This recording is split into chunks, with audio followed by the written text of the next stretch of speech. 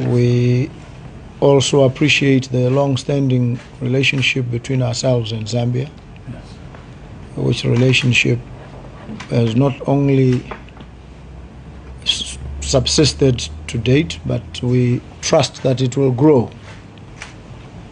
It will grow because there's very close contact and understanding between myself and President Hichilema, and we have spoken, we've engaged, we've dealt with some challenges here and there in relation to certain events that occurred and lives that were lost.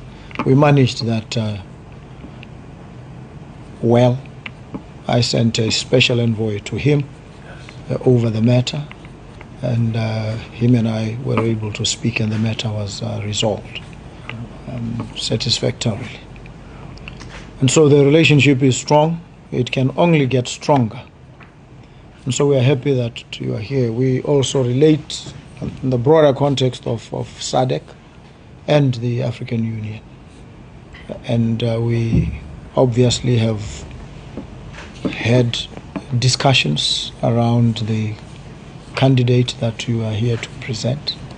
And we are more than happy to receive him and the delegation, and to hear from you as you guide and give us even more conviction on the matter. So thank you very, very much.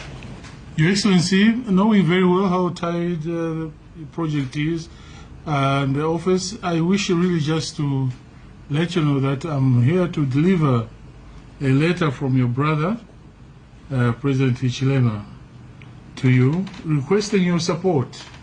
The candidate that SADC and COMESA have come up with. Dr. Maimbo went through an election and they were interviewed by ministers in Harare, so he was the chosen one. And therefore we present him not only as a Zambian, but present him as a SADC and COMESA candidate.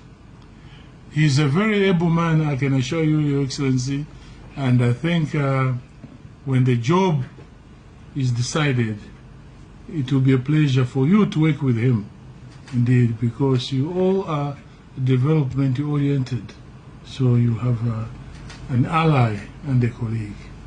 And I think it is incumbent upon whoever is president of the African Development Bank to use the resources you've invested in the institution to speak with one voice, to help and to support you in addressing a lot of the outstanding issues that we have on the continent. It will be difficult, but I think with patience and determination we can get there. And the final part, when he talks about the bitter taste of liberation, I would put economic liberation in there, in the sense that I think, and as the President Hichilema always reminds me, he says, yes, we've got many challenges on the continent, but if we can grow at a pace and scale that makes a difference, if we make sure we don't leave anybody behind, and I've heard you many times talk about human rights, then we acknowledge that development is a political process, and that political process has an obligation to its people.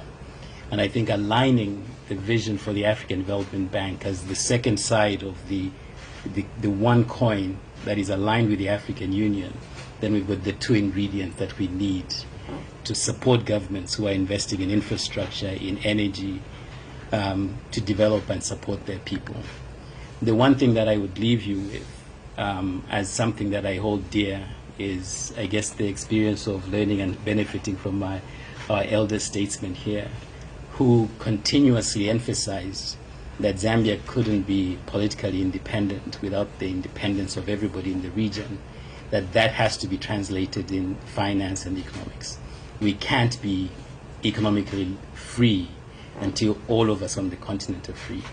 And the fastest way we can do this is to bring down the trade borders that we have as quickly as they're rising everywhere else in the world. There's tremendous markets. And knowing how Botswana is invested in agriculture, as is Zambia, the mere thought that with 60% of the world's arable land, we are still exporting $50 billion, importing food to feed ourselves, I think is something that we must address with urgency.